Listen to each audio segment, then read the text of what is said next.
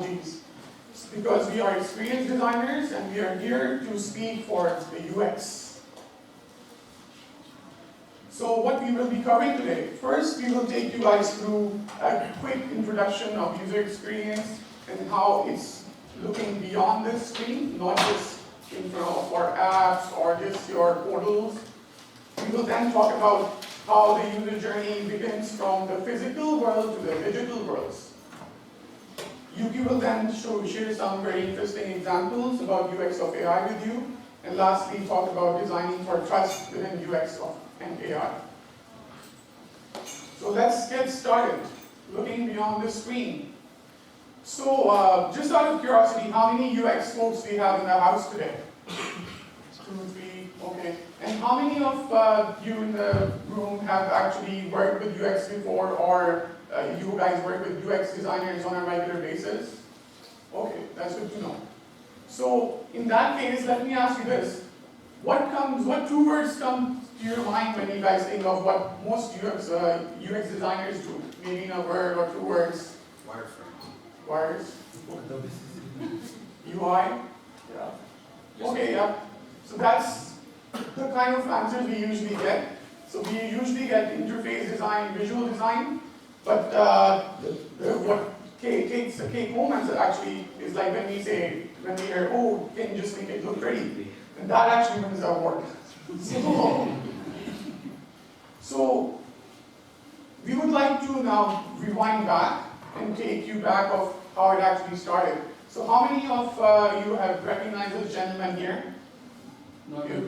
Don Norman, there you go. So he is what I like to call the godfather of user experience.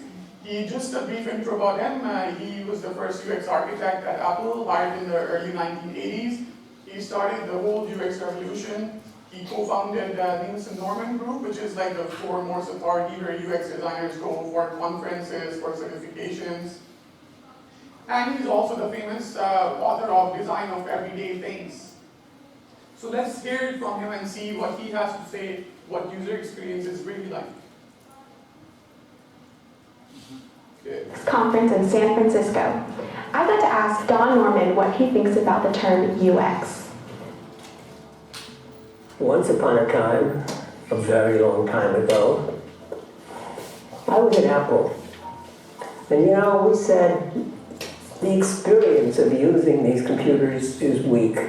The experience, when you first discover it, when you see it in the store, when you buy it, when you, can't fit it into the car. It's in this great big box. It doesn't fit into the car. And when you finally do get it home, opening the box up and, oh, it looks scary. I don't know if I dare put this computer together. All of that is user experience. It's everything that touches upon your experience with the product, and it may not even be near the product. It may be when you're telling somebody else about it. That's what we meant when we devised the term user experience and set up what we call the User Experience Architect's Office at Apple to try to enhance things. Now, Apple was already pretty good, so we were starting with a good product, making it even better. Today, that term has been horribly misused. It's used by people to say, I'm a user experience designer, I design websites, or I design apps, and they have no clues to what they're doing, and they think the experience is that simple device, the website, or the app, or who knows what. No, it's everything. It's the way you experience the world, it's the way you experience your life, it's the way you experience a service, or, an app, or a computer system. But it's a system that's everything. Got it?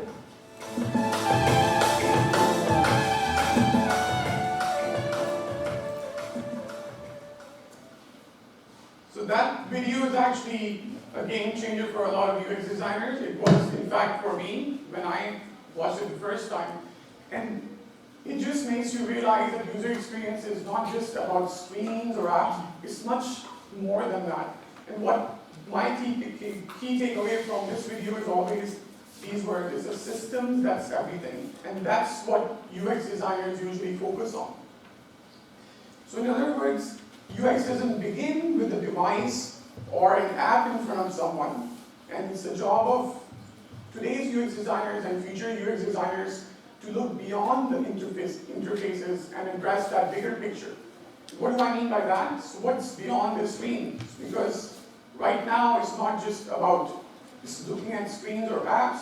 Currently we have HoloLens devices like HoloLens, and we have technologies like augmented reality, merged reality, mixed reality, where there is no screen, we have holograms to interact with. So how do you make interaction experience friction-free with those kind of technologies?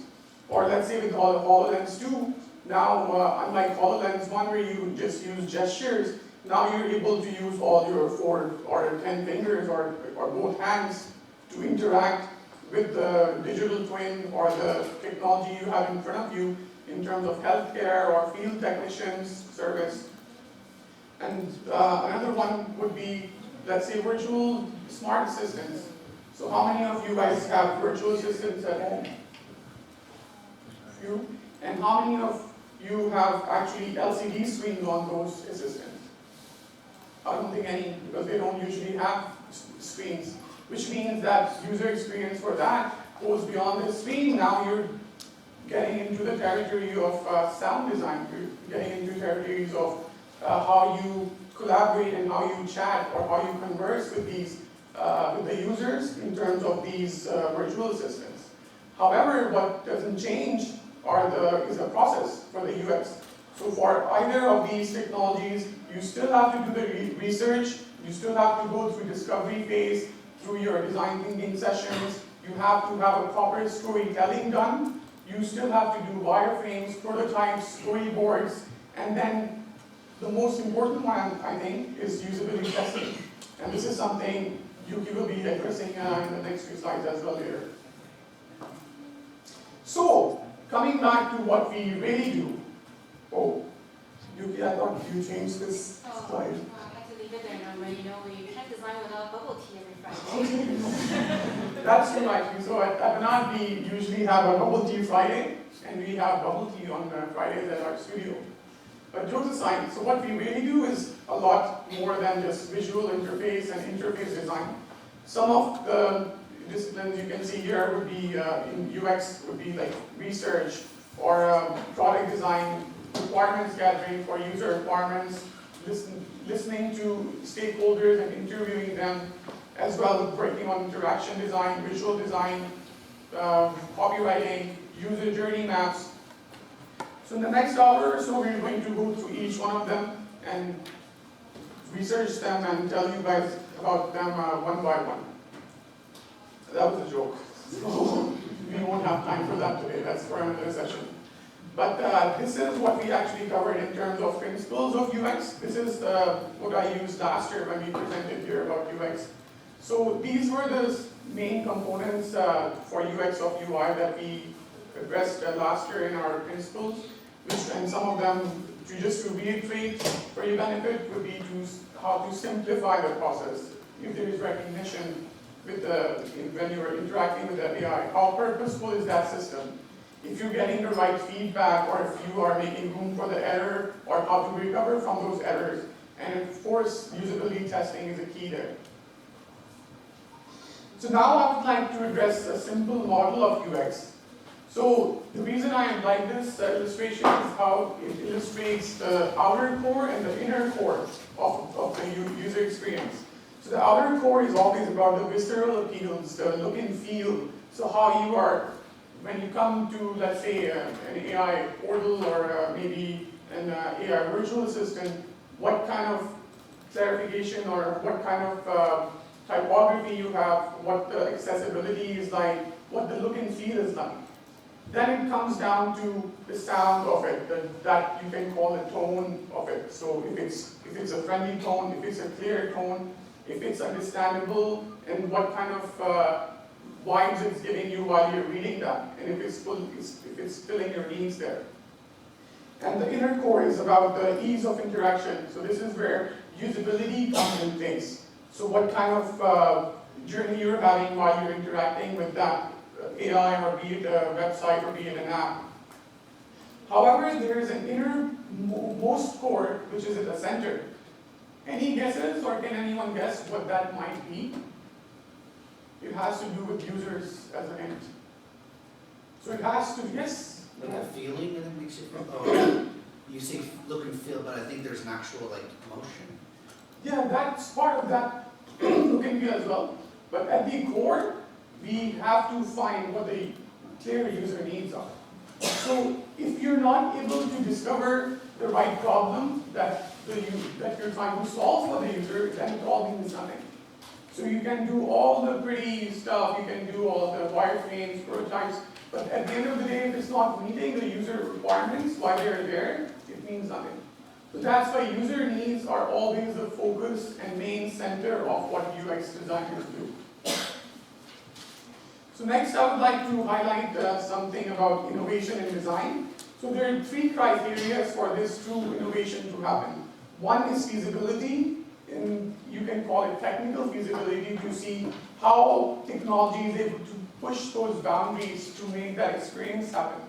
Then desirability, where you're discovering the user needs. And this is mostly happening when you are talking to them, when you're researching about them, when you are looking at them from let's say, a contextual inquiry point of view, where you're going in the field and just to observe how they behave, how they react, and depending on their environment, depending on their setting, you start addressing those needs. And lastly, at the end of the day, somebody has to pay for that. So who's paying for the party is the business. So if there is an actual business opportunity there, which can be expanded on, that's very key as well. So when these 3 elements work together, you can call it the design innovation is actually happening there. And this is just an illustration so you guys remember. Again, it's viability, desirability, and feasibility. That's what makes the design innovation kick in. So next, we're going to talk about a very important part of this presentation, which is the journey from the physical to the digital world. And as I'm speaking about this, try to recall what Don Norman said about it's the systems that's everything. It's not just about an app or the screen. It's about the customer's journey, and which actually starts even before UX. It starts from customer experience.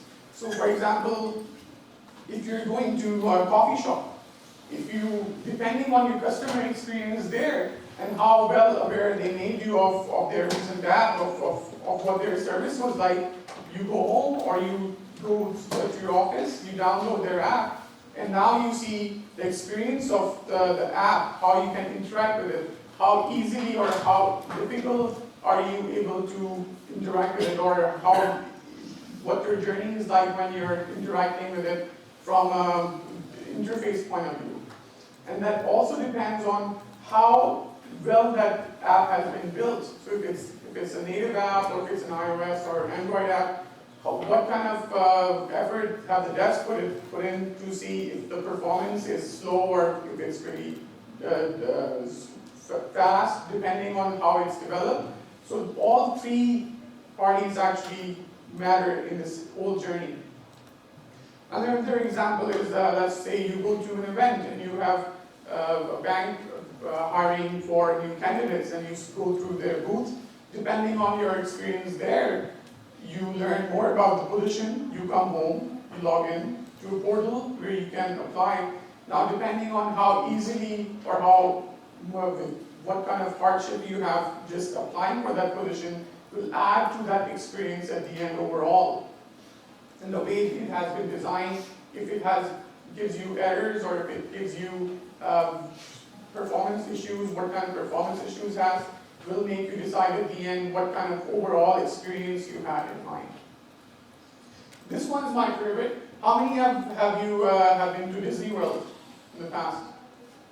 Okay, a few. So this is what they use. I think they're still using this right now. I went there maybe 3 years ago, and they have what they call the magic band. And you can basically tap this band on any of the rides, you can go to the restaurants, you can go to your hotels with it and just tap, and it just recognizes you as its customer.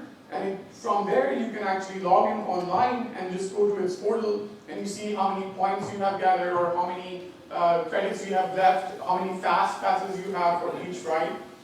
And depending on that interaction, you decide, yeah, I mean, if you had a good interaction or if you had a bad interaction with it overall. And thanks to Bruno, he actually mentioned this to me the other day that Great Wolf Lodge now has one. So if you can go to Disney, you can definitely check it out at Great Wolf Lodge. So what I'm trying to say here is, customer experience, UX, and dev, it is a lot of more room for collaboration and friendship. So make sure you're reaching out to your UX designers, your customer experience designers, your marketing people, because it's a holistic journey that defines that whole user experience. From here, I would like to pass it on to Yuki, and she will talk to you guys about some interesting UX and AI examples. Thanks, Norman.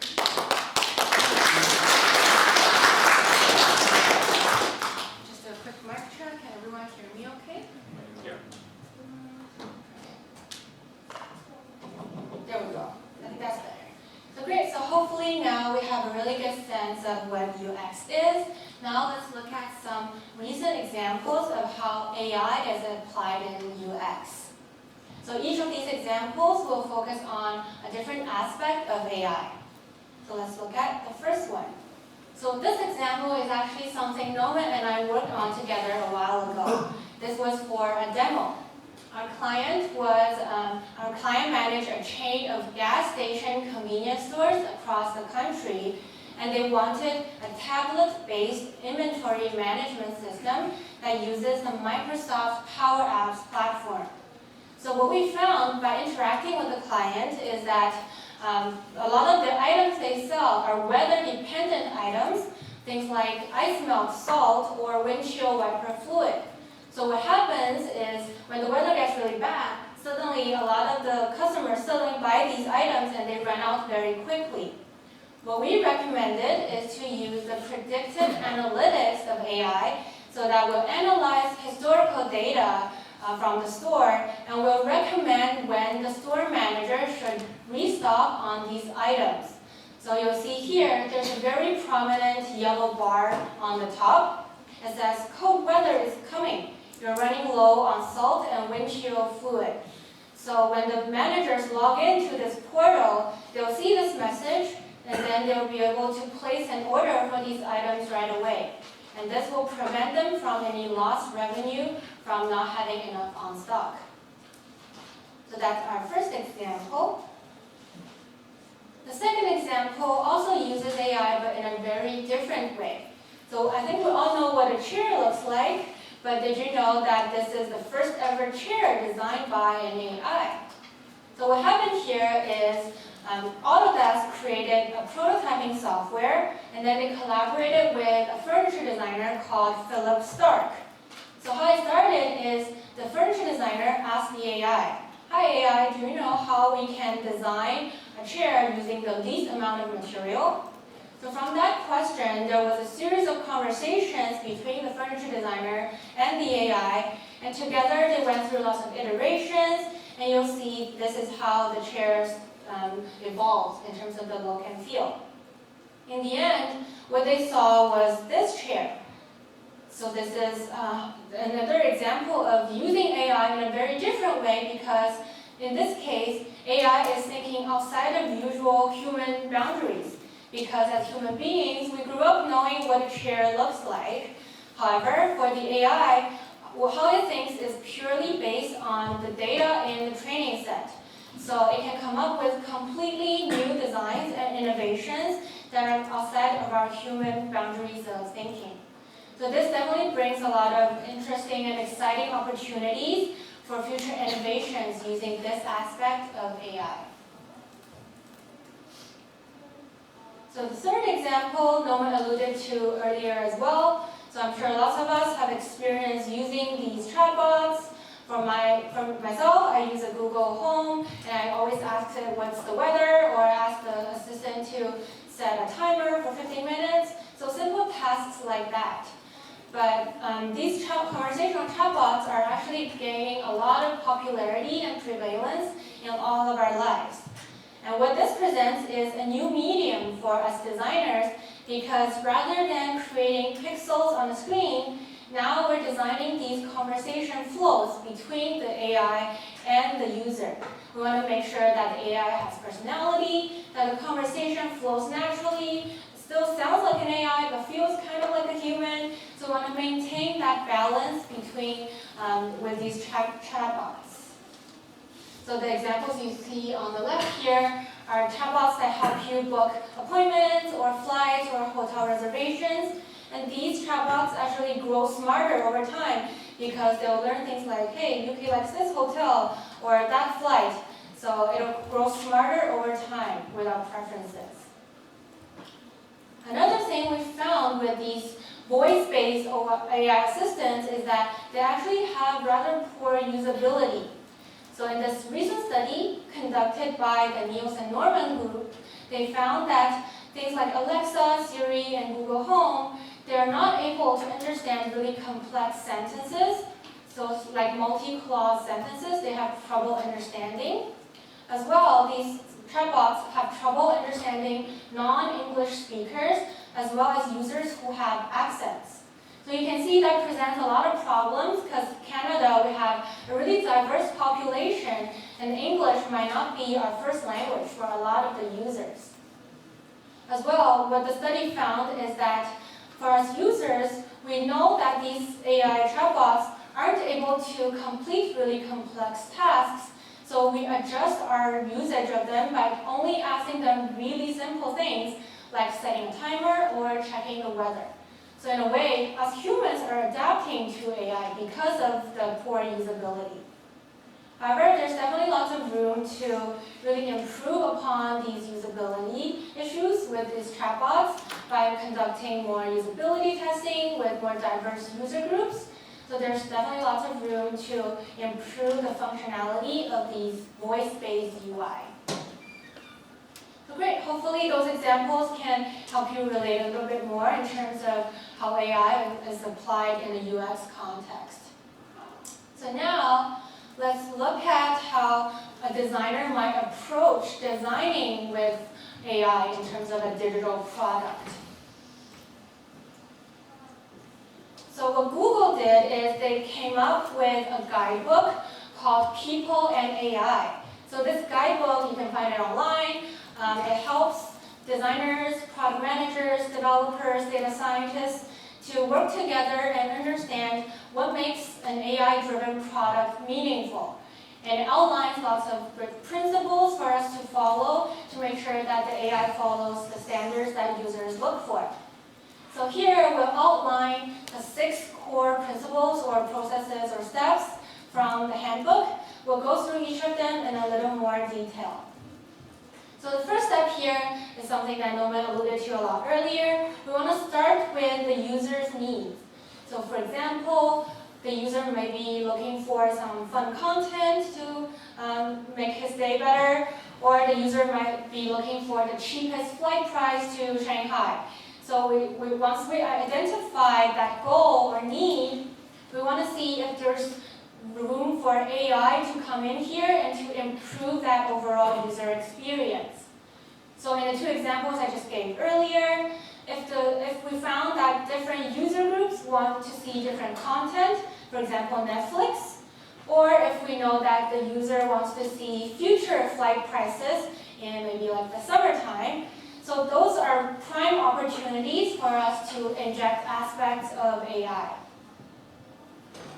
So once we know that, we want to align the user needs with our data needs. For example, in the 2 examples I mentioned earlier, maybe we want to have 10 years worth of historical flight prices from Toronto to Shanghai. We want to feed that data into our AI. So this step will require a lot of collaboration between the designer, the product manager, and then maybe the data scientists or developers to make sure that we're able to source that data responsibly, we're able to label the data correctly, and it meets our needs that we identified in the last step.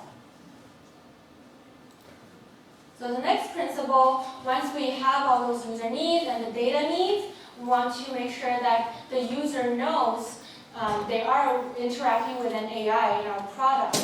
So we're setting up this mental model with the users that this is an AI, it can make mistakes. We want to set the right expectations so that we can do the next step correctly. So this is what I think is the most important principle or step when we're designing with an AI-based product. We want to help the user create and calibrate trust with the AI. So what this means is because AI is based on statistics and probability, it's prone to making mistakes.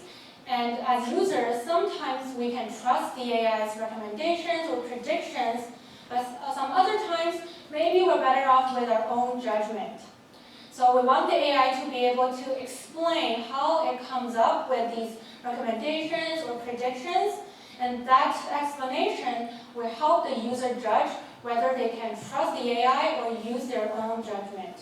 So Google calls this the calibration of trust, and it's one of the most important principles when we're designing for AI. So once we have that, the next principle is pretty straightforward. Norman alluded to this earlier as well. We want to have a simple feedback mechanism so that we're able to teach the AI how to improve, continuously improve, as well as just improving the overall user experience. So a lot of apps these days do it through either in-app feedback or they have app reviews on the App Store. So that's a simple mechanism for us to just collect the right amount of feedback from the users and then use that to improve our user experience. Lastly, we want to identify the errors and the failures in case those happen and provide a way for the user to move forward if these instances do occur. So this happens in lots of apps these days with the 404 pages, with nice messaging, friendly messaging, and then directing the user to do something else if the function they're looking for is not working right now. So just like human beings, AI will make mistakes, and we want to just learn from those mistakes. So hopefully these principles can help you better understand how UX designers might approach when designing with an AI-driven product. So in terms of going into the future, I really think for us designers, it's more about designing for a human-AI relationship rather than designing for screens. Because we want to make sure that we're able to build this relationship on trust, and we want to just nurture and maintain this relationship so that one day maybe we'll be able to trust an AI just as much as we trust humans. So at the end of the day, what UX designers do is really to think about the user needs and then creating an experience to meet those users' needs and add some delight in the experience. So how we use AI is to really improve that user experience, either by helping the user make better decisions, or making faster decisions, or getting better insights, or just augmenting the world around us. So in order to do this well, we'll have to collaborate with everyone, like data scientists, developers, product managers, and we want to have a really diverse group in the room when we're creating these products, so that the AI product we come up with doesn't have as much bias and is ethical. So we want to be able to do this, and the only way to do that is through a lot of collaboration and working together. So that concludes my part. I'll pass it back to Norman. Thank you, Yuki, for sharing those interesting insights. So, we would just like to summarize our presentation. So if there are three things you guys can remember from this session today, is good UX always works beyond the screen. It's not just about the screen.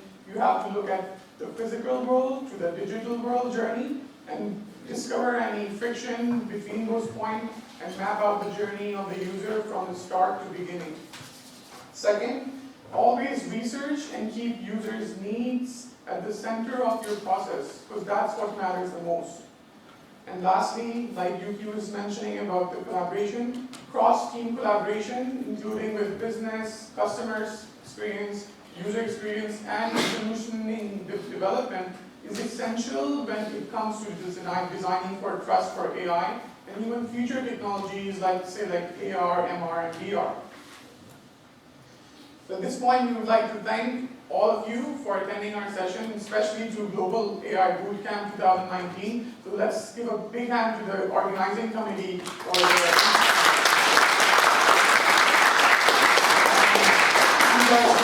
we have a booth set up right outside. We are more than happy to answer any questions you guys might have. And if there are any other questions you might have now, we are able to take those. Yes, please. Do you have an example of that 6-point AI UX? From Google, From wherever. yeah. So do you want to answer the people AI book? Yep, the example of the book or like a product. Oh yeah. Like do you have an example of how that's actually used? That's That we might know. I think a lot of the apps we know and love today they do follow that framework. So like Netflix or the bots that help us book flights. So a lot of them do follow these principles, but I don't think we can. I don't have an example right. So like how does Netflix use the UX or the UX and the AI? How does that connect? Yeah. So Netflix, for example, different user groups within Netflix will want different types of content.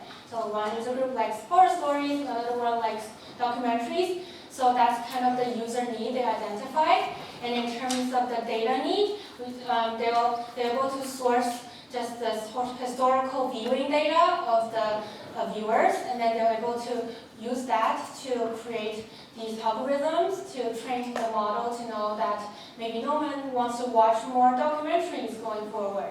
So that's kind of how their data need is met through there.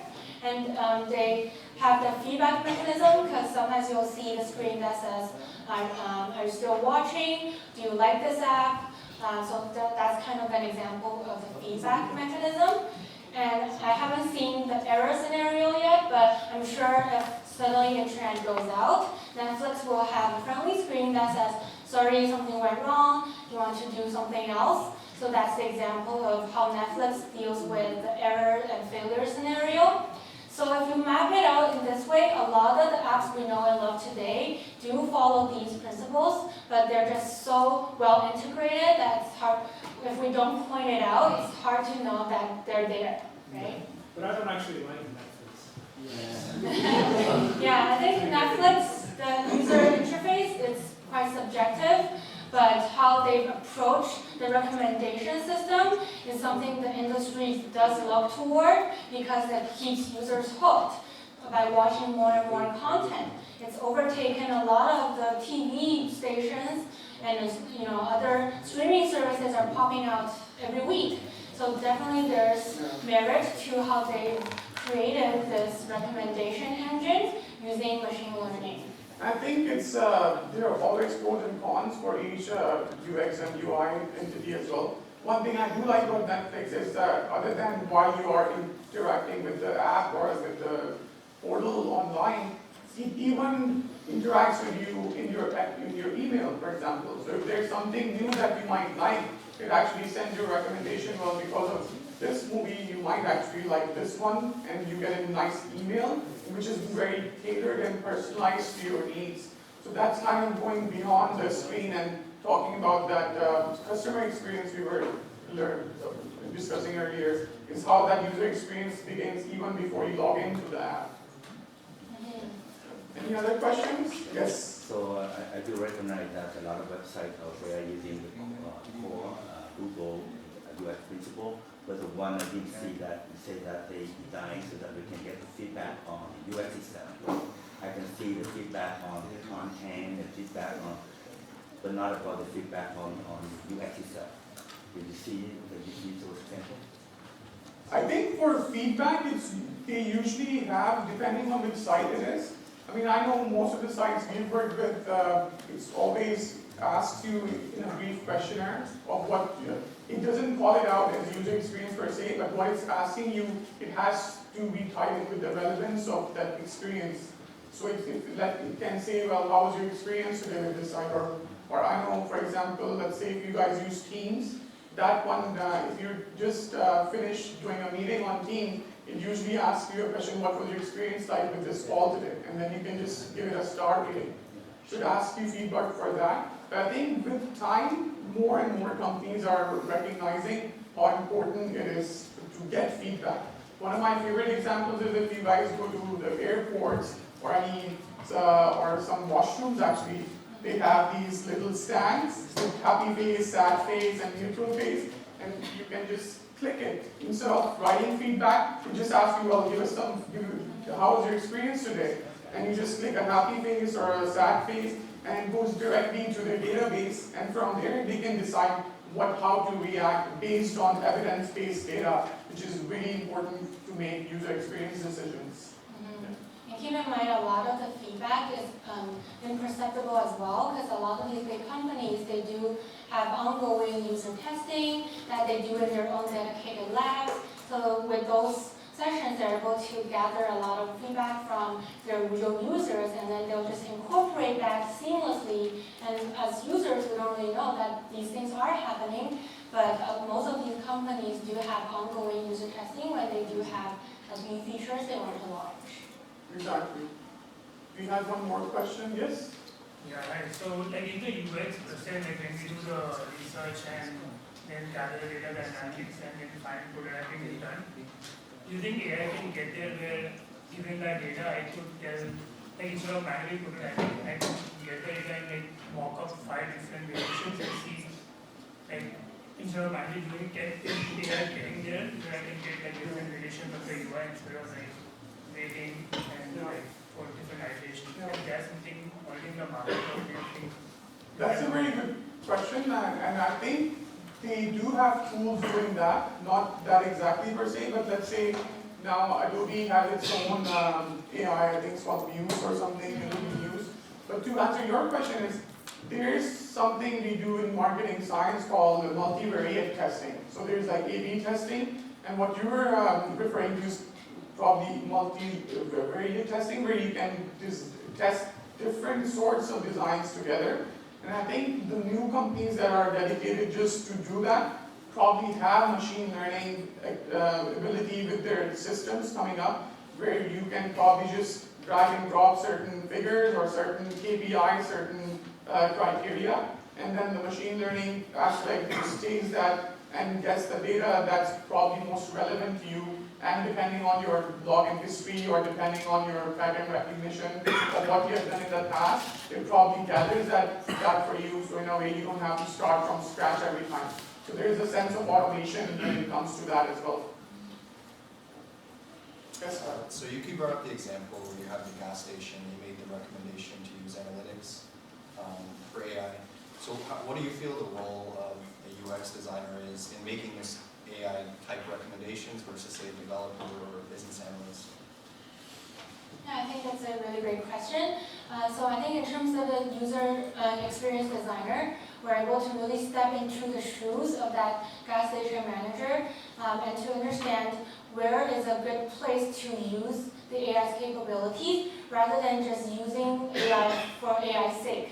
So we use it because historical data and analytics in this sense can help us prevent lost revenue. So there is a tangible benefit to using that capability of AI, and it saves the time of the store manager to look at how much is in stock and then to actually spend time placing that order. So from their perspective, using AI saves them time, brings them more revenue, and then just makes their life a lot easier. So I think as UX designers, we're better able to kind of emphasize in that sense and to think about those wins for the user, whereas the developer can come in and say, hey, that's feasible, that's doable from a data perspective, and kind of collaborate in that sense. So I think that's how we can really step in there. Yep, we have time for a few more questions. Yes? So just a question. So what's the difference between, like what you said, business analyst and a UX designer? That's a good question. So the way I see it, and you please feel free to jump in as well. From my experience, business analysts, they're more focused on the business aspect. So you might have heard of business requirements gathering. That's done by the BAs. However, there's a fine line between that overlap because user experience designers also do requirements gathering, but it's user requirements gathering. So for example, the BAs are the voice of the business there, right? UX folks are the voice of the users. So let's say the business requirement is, yes, we want to create this page so we can have a conversion funnel of these pages so that users can sign in at the end. But the user requirements, on the other hand, would say that what exactly do you need? How much content do you need? Or what kind of content do you need? What kind of fields do you need to make that experience frictionless? So let's say if the business comes, oh yeah, we need 10 fields. Well, it's the job of the UX architect or the UX designer to say, well, guess what, 10 fields are too much. Your users will probably drop off after the third field because you'll probably lose their interest. So we recommend doing a technique like progressive disclosure, where we do one field at a time so they don't run off after seeing a page full of clutter of 10 fields. So that's why it's very important for business analysts and UX designers to work together as well. And to be quite frank, the more I see the field evolving, I've seen a lot of VAs coming into UX design because they have those skills. Because just as a reminder, just remember, user experience at this stage, at this day of age, it's so huge that you can't just do everything in UX. So if you ask me, like UX designers, like they can, now it's reached a point where you have subdivisions of user experience. So you have product designers, you have information architects, you have UI designers, you have usability testing people just do that. And vice versa. So for example, at our company, our manager were asking UX designers, well, would you guys be interested in doing a product owner training course? And then the user experience designers, when they're working with methodologies like Agile and with more Scrum Masters, they have a much more clear awareness that how that field actually works. So that to provide that wholesome experience, I think we need to work together with the business and the developers and user experience designers as a team. And that's what shapes up the entire experience for the end users. Yes. When you do the assessment of the website at a good design, you have like a score sheet or a thing to measure? Yeah, so a lot of us use heuristics evaluation when we come across a site that might have some usability issues.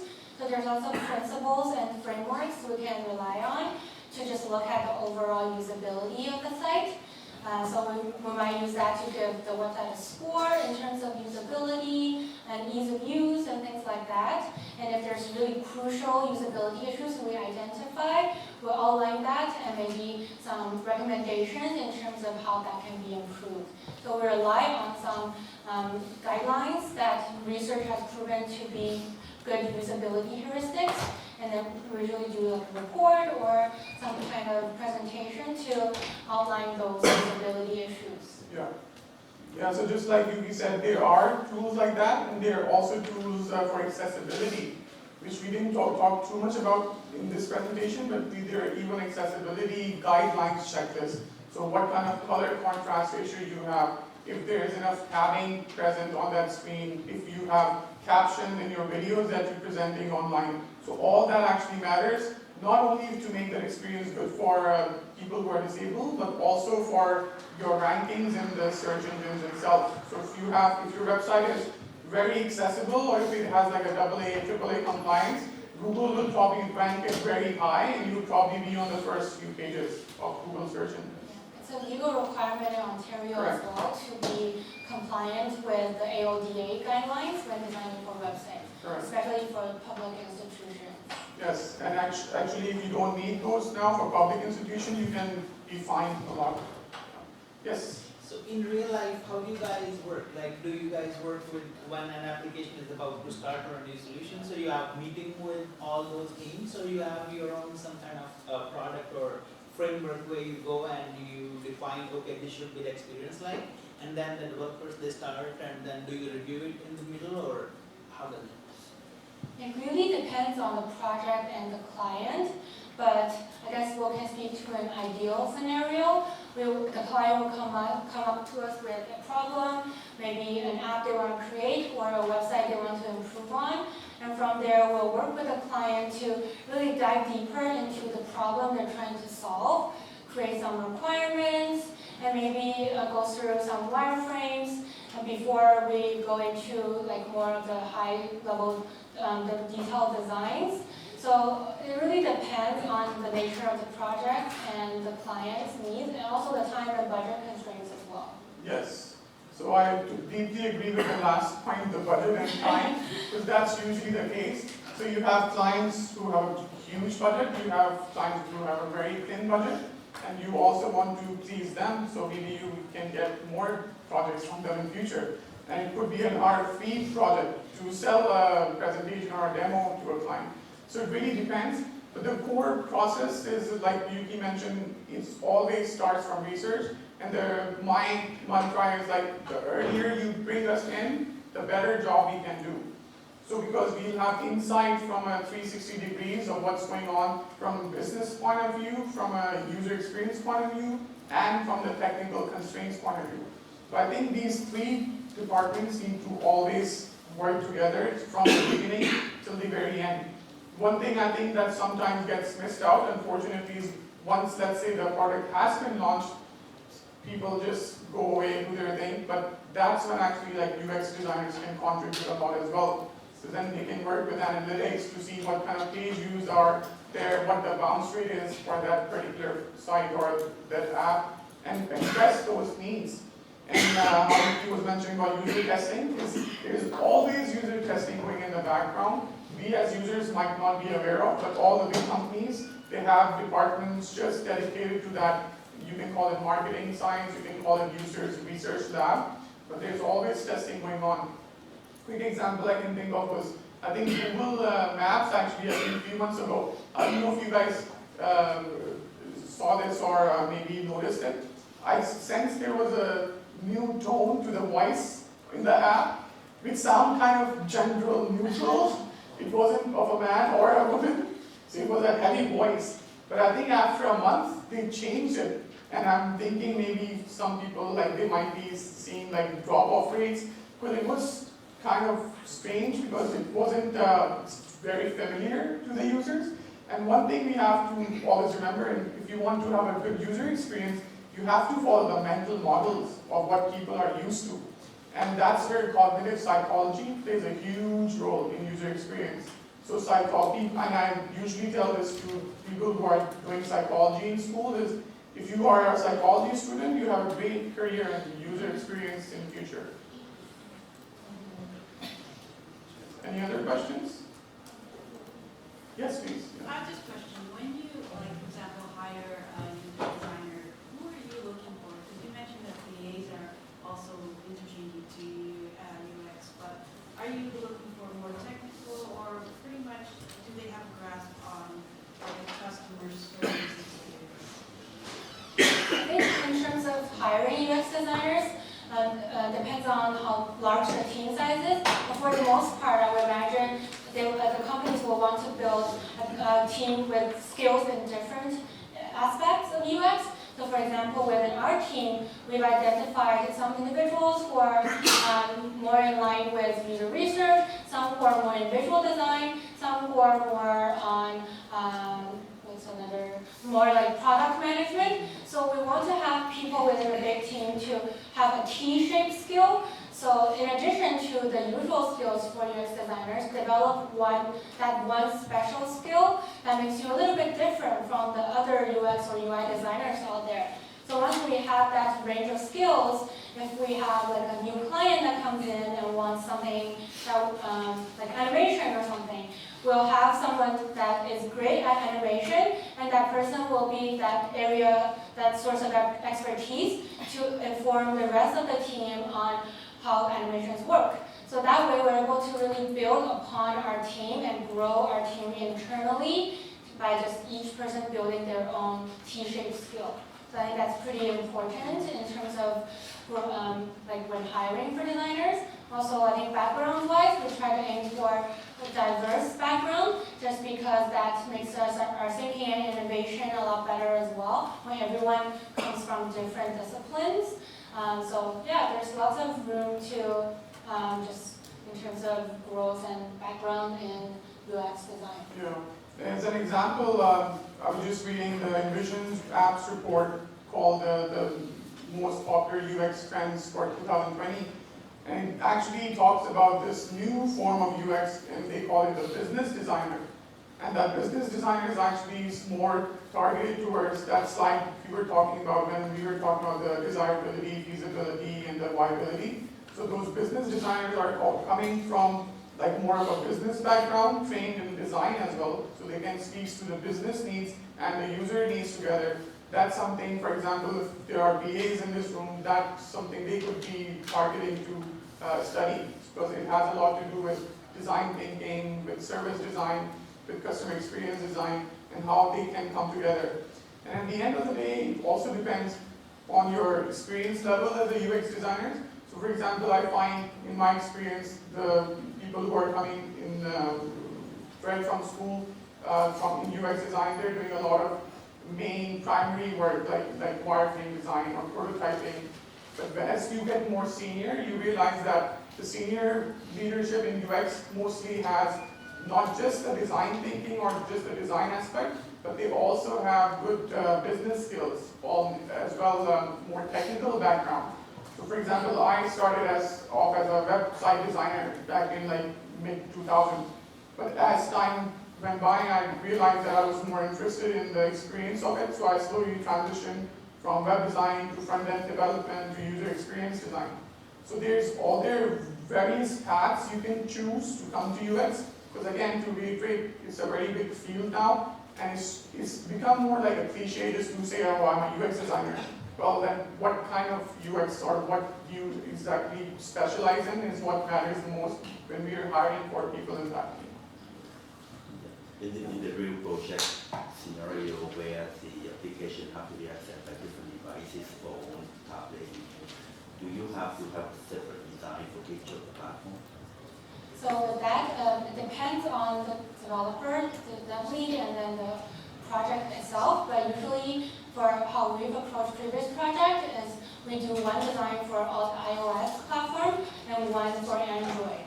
So when we hand off the designs to the developers, the ratios and then the exports will be different for iOS and Android. So it kind of depends on what works for the developer. Usually one screen size for each platform is sufficient, but if the developer does see the need for additional designs or screen sizes, we're able to accommodate that as well. Yeah, I think it depends also on the, like what you said, on the requirement. So as an example, if it's like a banking app, you would be required to do one separate design for desktop, one for tablet, one for mobile as well. So those form factors definitely are accounted for. But for example, now we are doing a lot of sales demo for Power Apps. But Power Apps, if you guys have used that, it has like canvas mode, and that usually caters more to tablet mode. So we are there because it's going to be a software that's going to be more handy. Where, let's say that gas station example that Yuki was showing you guys, that was meant for a tablet design. So the manager can take the tablet and scan certain inventory items, which will be much easier compared to taking his desktop to scan something like that. Right? So it definitely depends on the requirements, but I would say 90% of the time, most of the times, we always gear towards responsive design. And now you can see, because of Google's search algorithms, it actually prefers mobile design first, and that's how it ranks you in its searchability as well. And we'll take one more question. There was one in the background. Yes? So as we were talking about the recommendation APIs and Netflix or stuff, a developer can easily use an existing AI tool, or he can write his own algorithm to feed data in and get data out, and just build a recommendation API, right? How does a UX designer connect with the AI core principles other than the user experiences?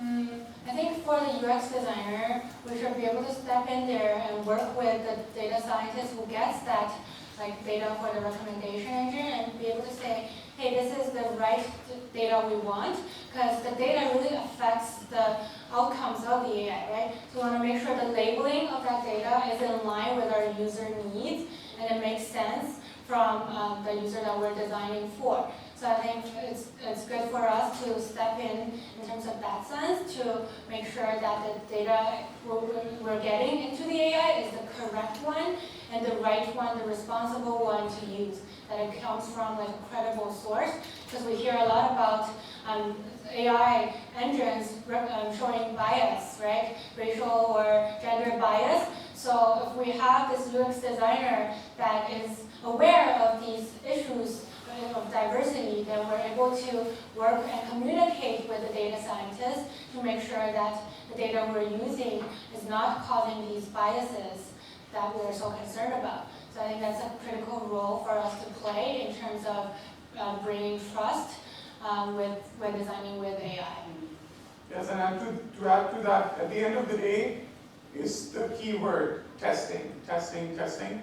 If you are not testing whatever team on AI has created, you're not doing justice to your users. Because at the end of the day, be it AI or be it any tool, it's the human beings who are interacting with them, and human beings have limitations. They have attention span deficits, they can focus on certain things at one certain time. So to do that, you have to test the system at the end of the day rigorously and constantly to see if there is room for improvement there and what kind of friction exists, and then address that friction accordingly.